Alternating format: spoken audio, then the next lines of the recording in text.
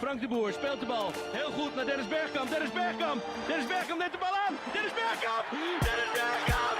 Dennis Bergkamp. Dennis Bergkamp. Dennis Bergkamp. Exagerarlo para Fabinho. Se le escapa la pelota y va Modric. Va.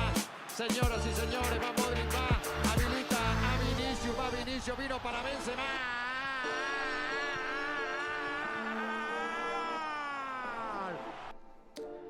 Mesdames, messieurs, bonsoir. C'est parti pour cet épisode qui n'était pas prévu du ventre mou. On va vous faire une petite preview de la fin de semaine de Coupe d'Europe. Pourquoi de la fin de semaine de Coupe d'Europe ? Parce qu'au moment où on tourne, on est à quelques heures du coup d'envoi donc de la première journée de Ligue des Champions avec les matchs Barça-PSG et Dortmund-Atlético. On va donc se concentrer sur les deux autres affiches, City-Real et Bayern-Arsenal, ainsi que sur la semaine de Ligue Europa. On vous garde même une petite surprise qui concernera ce week-end. J'accueille Aurélien. Comment ça va, Aurélien ? Ça va. Qu'est-ce qu'on mange aujourd'hui, Aurélien ? C'est quoi le repas que tu nous proposes si jamais tu devais manger là tout de suite alors qu'il est 17h ? Une choucroute végétarienne. Bah, c'est pas le principe. Et tu mets quoi dans ta choucroute végétarienne ? Du chou. Du chou et... Voilà, c'est délicieux le chou. Très bien. Moi, je vous propose poisson pané purée. Ouais, ici, ce midi, on mange de la merde. Vraiment, c'est... Le triple pi. Non, en vrai, c'est bon, poisson pané purée. Mais bon, on s'attendait peut-être pas à mettre ça en avant, quoi. Après, un poisson pané... Pas un poisson pané de cantine tout mouillé, là, tout humide. Mais un bon poisson pané qui croustille, là. Ça flingue. Il y a une bonne purée maison... avec des patates, des patates. Voilà, exactement. Bon bah écoute, on perd pas de temps, on enchaîne tout de suite donc sur la Ligue des Champions. Bien, alors que justement comme je le disais tout à l'heure, Dortmund, Atlético et Barça PSG, on est à un moment où les joueurs se préparent, ils sont encore dans l'hôtel, ils vont pas tarder à prendre le bus. Nous, on se concentre sur les joueurs qui sont à l'entraînement aujourd'hui pour le match de demain. Petit entraînement de veille de match. On a eu la semaine dernière 2 putains de matchs allés, que ce soit Real City ou Arsenal Bayern. Qu'est-ce qui te vient toi là tout de suite à l'esprit une semaine après ? C'est des matchs. Les matchs allés ont tellement rien montré que ça rend les matchs retour super cool parce que là on va regarder les matchs de demain sans avoir d'avis sur qui va gagner ou presque pas. Tellement les allées, c'est ça qui est cool. On s'en est sorti avec des matchs qui promettent des matchs retour super serrés. Ouais, il s'est passé un tas de trucs, mais ça reste ouvert. Il y a pas de, il y a des matchs nuls quoi. Finalement. On a eu, déjà d'une part, on a eu un Real City, comme toujours de ces dernières années, haut en couleur, hein, franchement. Que ce soit l'entame de match, c'est parti à 2000 à l'heure, les 3 premiers buts, que ce soit les buts de Gvardiol et Foden, ou le but de Valverde, enfin on a vraiment eu un match hautement spectaculaire, comme tous les derniers Real City. On va en parler après un peu sur ce qu'on imagine donc pour ce match retour. Mais moi je dirais quand même que c'est City qui a fait la bonne opération, même si encore une fois le Real est vraiment immortel et tu peux jamais les enterrer dans un match. Toi, qui t'a le plus impressionné sur ce match aller ? Je dirais que je pense que je sais pas qui m'a le plus impressionné, mais j'ai l'impression que le Real est peut-être passé à côté de sa chance. Je trouvais que en fait le Real m'a impressionné dans le sens où je les ai trouvés tellement mauvais en huitième de finale que dans un sens c'est bien qu'ils aient réussi à s'en sortir. Ouais, c'est vrai, avec contre un Leipzig 2-2, c'était pas ouf, hein. Mais je pense que ils auraient dû gagner ce match s'ils avaient voulu avoir, après comme tu l'as dit c'est le Real, mais une chance parce que après demain c'est à domicile pour City et City à domicile c'est pas de défaite depuis Lyon en Ligue des Champions En phase de poule, ouais. Donc, et puis ils leur ont mis 4-0 la dernière fois. Voilà. Allez, Thierry. Donc je sais pas, mais City a pas fait un match grandiose, s'en est sorti, mais ils peuvent maintenant punir, et je trouve que le Real a été bon par rapport à ce que j'avais vu en 8ème, mais a été mauvais par rapport à ce qu'ils auraient dû faire. Ok, ouais, moi je trouve quand même que les deux équipes ont montré certains points forts et certains points faibles sur le match aller. Il va y avoir des suspendus et des absents. Alors après, pour le coup, c'est que du côté de City, De Bruyne sera de retour vraisemblablement. Il était malade à l'aller. Walker, pas sûr qu'il joue, hein. Lui en revanche. Côté du Real, il y a Tchouaméni qui est suspendu. Normalement, Militao revient. Donc voilà, on est un peu dans les deux côtés des joueurs qui sont incertains, mais qui pourraient jouer ou pas. Je sais pas, moi j'aurais du mal à dire que le Real a laissé passer sa chance parce qu'ils sont capables de tout. Maintenant, c'est vrai que je mets quand même City en favori. Alors, on va revenir sur ce match pour le pronostiquer. Enfin, pour donner notre pronostic, hein. Arsenal Bayern à l'aller, c'était quelque chose aussi. Je sais pas si toi t'as vu le match ou si t'étais concentré sur Non, City. bah, je l'ai revu, je l'ai vu en replay, moi. Ouais, moi j'étais je faisais du double écran, donc on n'a peut-être pas les mêmes sensations, mais pour le coup, Arsenal était nettement favori au niveau des cotes avant le match. Sur la qualif, elle était à 1,70 pour Arsenal et 3,30 je crois pour le Bayern. Et moi j'avais avancé l'idée que le Bayern pour moi allait passer. À l'aube de ce match retour, ça semble encore tout à fait possible. Le Bayern a conservé toutes ses chances hein, après son déplacement à l'Emirates. Ouais, et puis Arsenal va devoir trouver des solutions contre Sané, je pense, notamment. Ouais. Est-ce qu'on Énorme à l'aller Sané, hein, franchement. Et puis, face à lui, on va avoir des latéraux gauche un peu incertains. On peut pas dire que Zinchenko soit dans une forme Ouais, il y avait, magnifique. c'est les indiscrétions pencheraient plutôt pour que ce soit Tomiyasu qui joue, mais Ouais. dans les deux cas, je pense que c'est pas fantastique. Ouais, parce que Tomiyasu, on peut pas dire que j'apprécie les joueurs japonais, mais enfin, c'est pas non plus une référence. On pense à plusieurs erreurs qu'il a faites décisives ces dernières années, c'est même cette saison d'ailleurs. Donc, dans tous les cas, on est sur des. Zinchenko, il a fait une erreur de fou aussi ce week-end là. Ouais, Euh, Arsenal qui a coulé, hein, Aston Villa, ils ont pris donc, 2 buts à face à Aston domicile. Villa, les dernières minutes. c'est-à-dire qu'on est sur des latéraux incertains, potentiellement pas super sereins. Face à. Après, le Bayern a des blessés, je crois qu'ils ont. Il y a Bah, il y a Coman Coman qui est qui pas s'est là, il y a blessé. Gnabry et tout. Donc bon, à voir. Moi, j'avoue que. C'est ouvert, hein, c'est super ouvert. Arsenal qui a pu ouais, se faire du mal en perdant là, un match c'est peut-être très important. En même temps, tu as le Bayern qui est sûr après ils en étaient sûrement certains, mais de pas avoir le titre national. Donc je vois le Bayern moi si on peut. Ouais, moi, il y a deux éléments un peu que j'ai tiré du match aller et du contexte qui me font dire que le Bayern, même en étant moins bon en niveau de jeu pur, ça, il n'y a aucun doute, hein, Arsenal est plus fort. Qui m'inquiète un peu pour les Gunners, c'est je les ai trouvés un peu naïfs à l'aller. On sent que c'est encore une équipe jeune qui manque d'expérience. J'ai trouvé que parfois il leur manquait un peu de vis, un peu d'expérience, ouais. Et puis le Bayern, comme tu as dit, qui savent qu'il n'y a plus que la Ligue des Champions pour les sauver. Alors le problème, c'est que le vainqueur de ce match affronte le vainqueur de City Real, mais pourquoi pas, hein, on pourrait même avoir un Real Bayern, c'est un peu le classico de la Ligue des Champions sur les 10 dernières années, où c'est une confrontation qui est toujours haute en couleur, un peu comme le City Real plus récemment. Voilà. Bah tiens, allez, on va enchaîner avec le pronostic. Qu'est-ce que t'imagines toi qu'est-ce que t'as envie de nous vendre comme scénario pour demain soir? Étant donné qu'Arsenal est en proie aux erreurs, comme tu as dit, un peu bêtes, et que le Bayern peut peut-être en sortir déterminé malgré les blessures, je vois. C'est dur, hein, comme je pense que pour les Je deux sais matchs. pas, moi j'aimerais bien, tu vois, tu sais quoi, je vais dire 2-2 et une victoire au tir au but du Ah ouais. Bayern. Jusqu'au tir au but. Mm. Ça doit être une belle cote. Moi, Je vois des buts dans tous les cas. ouais, moi, tu vois, je vais aller complètement au contraire. Le Bayern Ah ouais a une défense pourrie. Arsenal a une très bonne attaque. Donc, la logique voudrait aller dans ton sens. Moi, je vais annoncer le 1-0 pour le Bayern. Je pense que c'est un match qui, dans la prestation, dans le rendu, dans le spectacle, va être décevant. C'est comme ça que je l'imagine. Je pense qu'Arsenal va pas mal rater. Ils vont manquer d'efficacité et qu'ils vont se faire planter sur un corner, sur un vieux but de Kane ou sur un exploit individuel de Musiala. Ça, je suis pas Mesmer, je peux pas vous dire, mais De Sané qui revient et qui refait un match similaire. ouais, je pense pas. Je pense Bah, que enfin, en tout cas, si Arsenal a pas trouvé de solution pour bloquer sur les ailes adverses, il n'y a pas de raison qu'on puisse faire. Après, Musiala va peut-être jouer ailier du coup.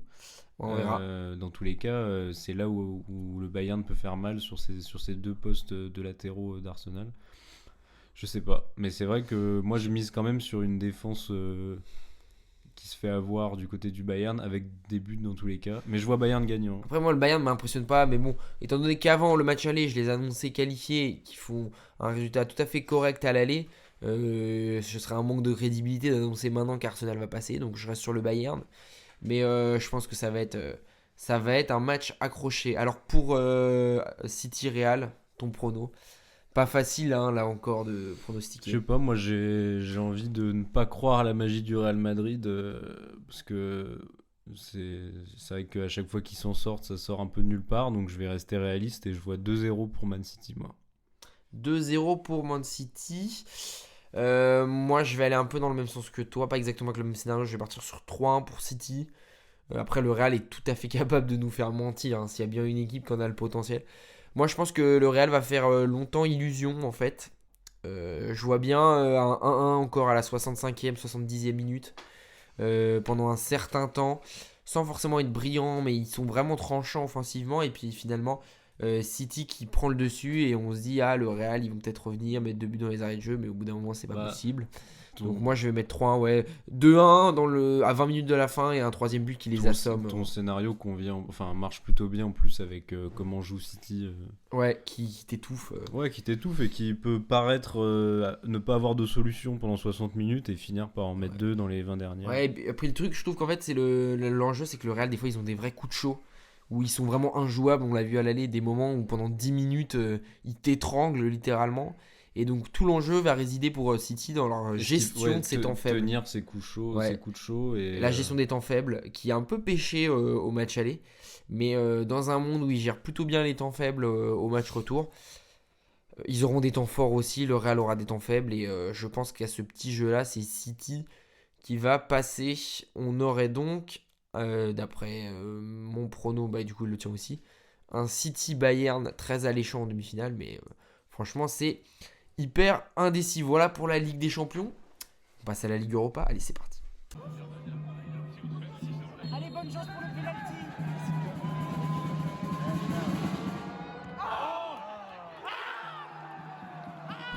Alors, qui dit match retour de Ligue des Champions, dit match retour de Ligue Europa. Pour ceux qui auraient raté les scores, déjà on vous félicite pas, c'est pas bien. On a eu l'énorme surprise de l'Atalanta qui a gagné 3-0 à Anfield. Benfica s'est imposé 2-1 à domicile face à Marseille.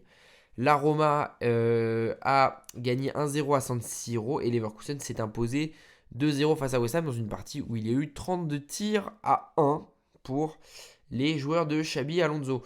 Peut-être commencer par le match qui en tant que Français attire le plus l'attention. Benfica-Marseille est pas le plus simple à pronostiquer.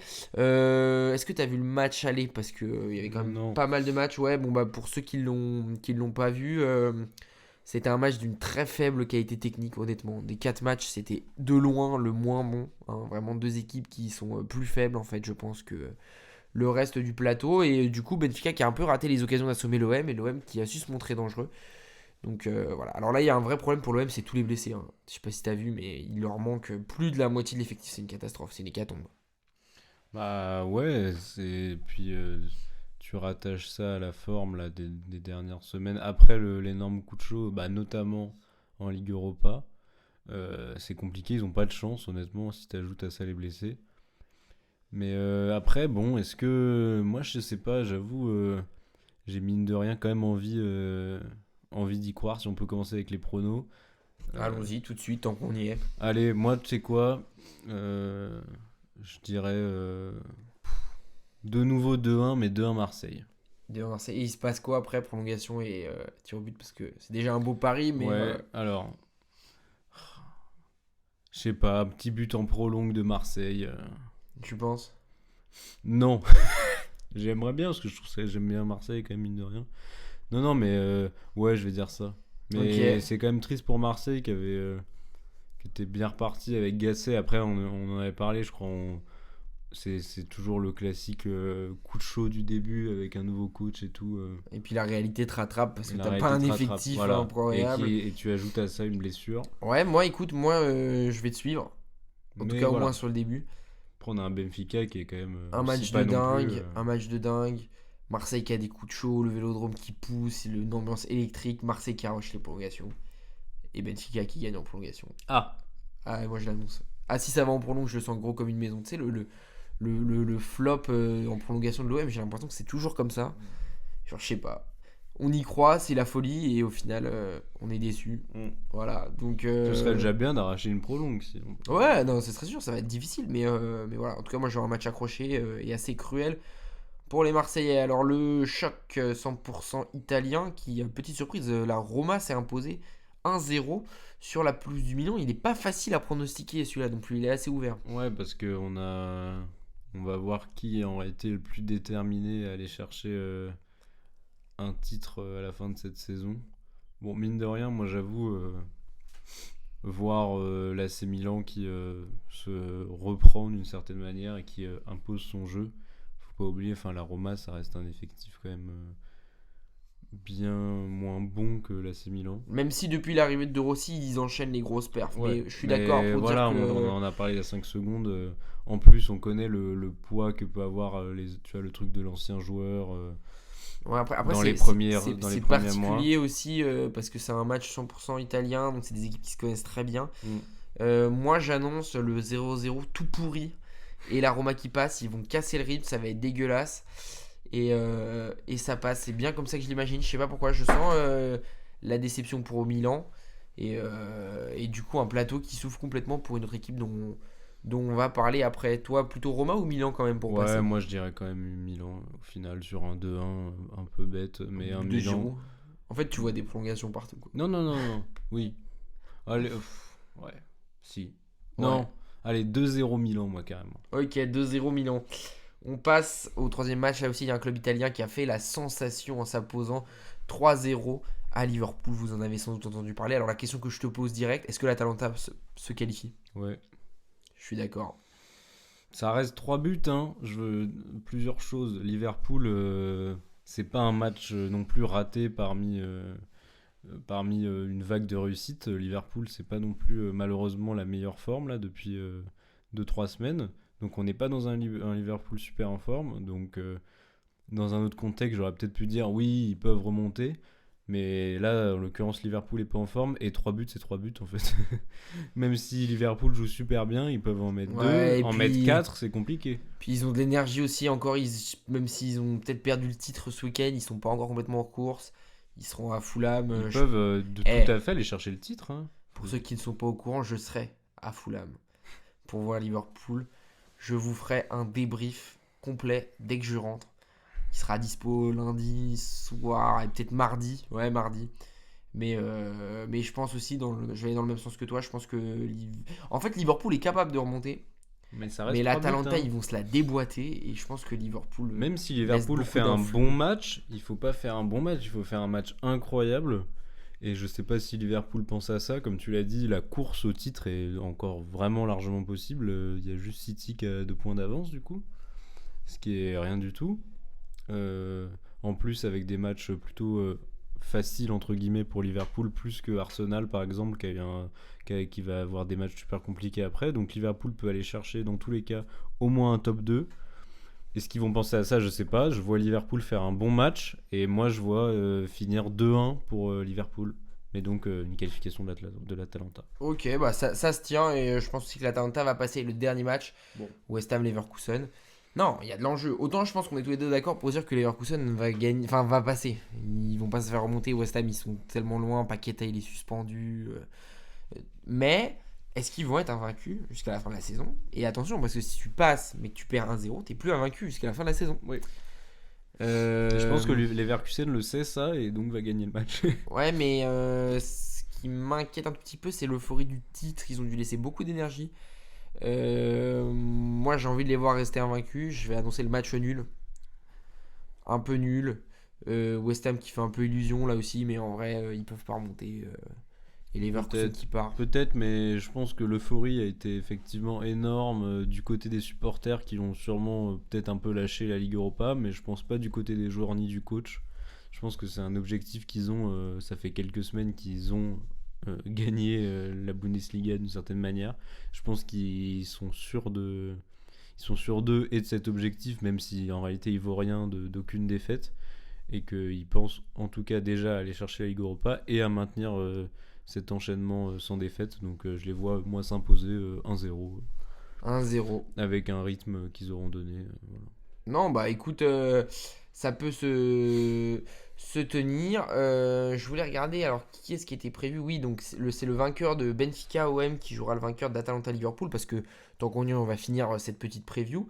Donc toi, t'as annoncé le Milan et Leverkusen. Donc Milan-Leverkusen, qui passe pour toi Leverkusen, sur la double confrontation? Ok. Et t'as annoncé Marseille et l'Atalanta. Marseille-Atalanta en demi-finale.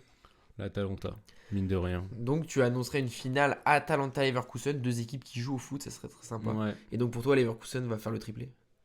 Ouais. Parce que bon, la finale de la Coupe d'Allemagne, c'est contre une D2 normalement. J'y crois assez, ouais. Ok, donc Leverkusen pour le triplé. Moi de mon côté, j'avais annoncé Roma-Leverkusen et donc Benfica-Atalanta. Je vais aller sur la même finale que toi, Leverkusen-Atalanta. Et Leverkusen-Atalanta, je suis en train de réfléchir en live là. Non. J'aurais envie d'être faire le mec différent et d'annoncer l'Atalanta. Mais bon.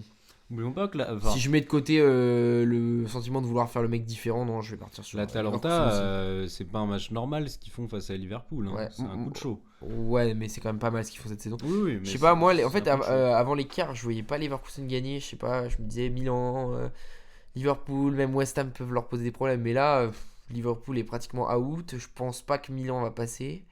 Quand bien même, ce sera en demi-finale. Quand je vois l'autre moitié de tableau, Atalanta, Benfica ou Atalanta, Marseille, il n'y en a aucune qui peut sortir Leverkusen. Après, sur un match, tout est possible. Mais allez, je vais te suivre et je vais dire Leverkusen qui remporte donc cette Ligue Europa. Très bien, il nous reste une compétition, c'est la Ligue Europa Conférence. On va en dire un petit mot quand même. Nul, Germain.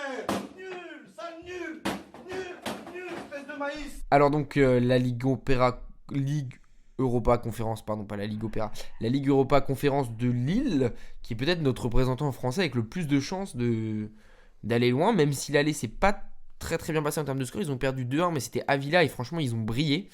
Donc match retour jeudi 18h45. Puis après on avait d'autres matchs. Fiorentina Pilsen, ça fait 0-0. Bruges allait gagner 1-0 face au PAOK. Et le match de dingue entre le Fenerbahçe et l'Olympiakos s'est conclu sur une victoire 3-2 des Grecs. Bon, les 3 autres matchs, on va juste en toucher 2 mots juste après, mais peut-être un peu plus longtemps sur Lille. Grosse prestation dans le jeu sur le premier match. Ça méritait franchement mieux. Et moi, je me dis, dans un stade qui va être plein, ils n'ont rien à perdre, ils vont être décomplexés. Aston Villa, ils vont jouer contre Arsenal. Ils doivent se battre pour la course à la Ligue des Champions. Ils ont un peu d'autres choses à faire. Ce n'est pas leur priorité, même si c'est la meilleure équipe du plateau. Moi, je vois bien Lille. Je sais pas s'ils font l'exploit de sortir Villa, mais en tout cas, ils vont tutoyer les sommets, quoi. Ça va pas jouer à grand chose. Toi, je sais pas ce que t'en penses. Je vois aussi un bon combat, mais moi je vois malheureusement Aston Villa qui s'impose sur un beau match. Parce que tu vois, on peut prendre le problème comme on veut. Est-ce qu'on se dit que parce qu'ils ont fait un gros match contre Liverpool, ils pensent à la qualification de Champions League et du coup ils oublient ça? Ou alors est-ce qu'on se dit que ça va les booster et les motiver à aller gagner ce match? On sait pas, tu vois. Moi là je vais plutôt du côté d'Aston Villa, on peut aller de l'autre. Ok, moi je vais. C'est sûr que Lille a rien à perdre dans tous les cas de ce que je dis, ce qui promet un bon match. Ouais, bah écoute, moi mon prono ça va être Lille qui passe sans même les prolongations. C'est une dinguerie, hein, je reconnais. Mais j'y crois. Genre le 3-1, le 2-0, voire même le 3-0, genre un truc de fou. Je vois la soirée de fou qui sera suivie de la déception Marseille, comme je l'ai annoncé précédemment. Je vois la soirée de fou, j'y crois. Donc toi plutôt Lille ou Villa qui passe Villa. Tac. Le vainqueur de ce match affronte le vainqueur de Fenerbahçe Olympiakos. Il y a eu 3-2 pour l'Olympiakos qui menait 3-0 et qui a été rejoint 3-2. Et là c'est match retour en Turquie. Qui vois-tu passer du coup? On connaît les ambiances turques. Aussi le Fenerbahçe, à l'occurrence, ils sont pas non plus super fous en championnat, non? Ah si, ils jouent le titre là. Ils sont dans la course au titre contre Galatasaray. Ah oui, c'est ça. Ils sont pas si Ok. mal, hein. Non, moi je vois assez le Fenerbahçe qui renverse la chose. Ouais, bah moi tu vois, je vois que l'Olympiakos va tenir bon. On le voit, bah oui, c'est ça en fait. Mais moi j'avoue que quand tu vois comment Fenerbahçe a remonté les scores, Ouais, Tu c'est vrai te qu'ils dis- sont quand même. tu te dis que bon, ils peuvent tout autant s'être motivé et entre guillemets finir le travail, et donc Fenerbahçe qui s'impose. Mais Ok, donc et sur les Pour autres moi. matchs, moi Fiorentina, je pense que ça va passer. c'est censé Bon, passer. j'avoue, j'ai jamais vu jouer Pilsen cette saison, donc je vais pas parler dans le vide. Et puis PAOK, Club Brugge, je pense que ah putain, c'est en Grèce. Pour être allé devant le stade une fois pendant mes vacances, ah ça fait peur, hein. J'ai envie de. Allez, le hot take, le PAOK qui renverse et qui sort le Club Brugge. Même si au niveau de jeu, Ouais, Bruges est meilleur. moi je peux te rejoindre alors. Ça marche, et donc il y aurait une demi-finale. Donc toi, tu serais sur du Villa Fenerbahçe et Fiorentina PAOK. Donc tu nous annonces quoi, la demi-finale finale? Donc Villa, moi je dirais une finale Villa-Fiorentina. Ah, ce serait une belle finale, hein. Parce Moins que- belle qu'avec Lille, mais. Villa-Fiorentina et Villa qui gagne. Tout de même, voilà quoi. Ok, et moi j'avais annoncé Lille Olympiakos et Fiorentina PAOK. Je vais partir sur une finale Lille-Fiorentina. Et je suis obligé, je vais dire Lille qui gagne. Voilà, bon là j'avoue être à moitié dans le souhait, plus que dans le pronostic. Mais on a le droit de rêver aussi un peu. Voilà, Lyon n'est pas en Ligue des Champions, ni en Ligue Europa, ni en Ligue Europa Conférence. J'ai donc le droit de rêver tout de même sur une autre équipe. Ça me fait plaisir. Et donc, j'annonce Lille vainqueur de la Conference League. Je pense que la cote est très élevée.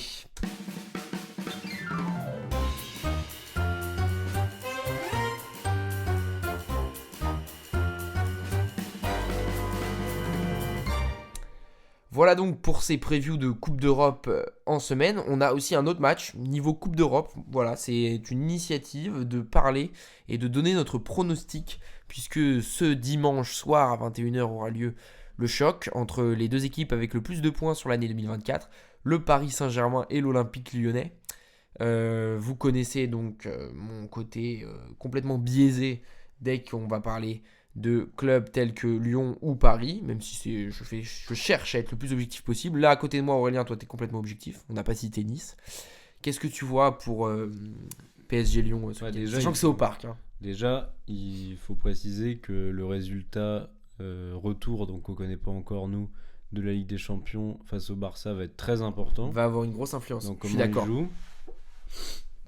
Étant donné que moi, alors on s'en fout, mais comme on n'en a pas parlé aujourd'hui, je vois Paris s'imposer en LDC.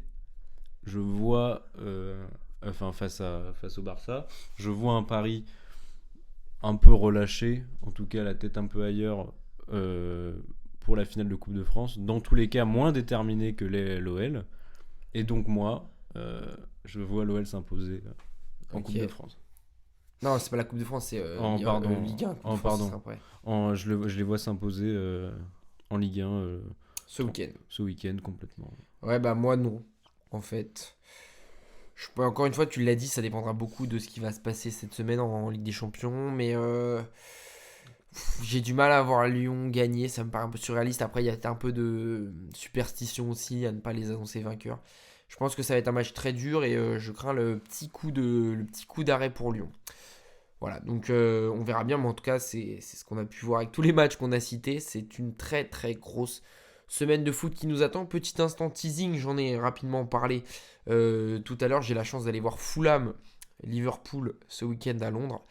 Donc je vous promets une petite vidéo recap pour raconter autant le match que l'expérience d'un match de Première Ligue au stade, qui sortira donc en début de semaine prochaine. On va revenir aussi après assez rapidement dans les prochaines semaines. On a plein de gros projets qui nous attendent d'ici à l'Euro, qui sera bien sûr le gros événement football de cet été. Ne me parlez pas des Jeux Olympiques, c'était un gros événement, mais ce n'est pas le gros événement football. Et puis on aura bien sûr les demi-finales de Ligue des Champions, la finale de Ligue des Champions, la fin du championnat, le sprint pour l'Europe, et puis la finale de Coupe de France. En tout cas, il y a plein d'actu qui nous attend. On vous fait de gros bisous en espérant que cette petite preview vous fasse plaisir. On se dit à la prochaine fois. Salut.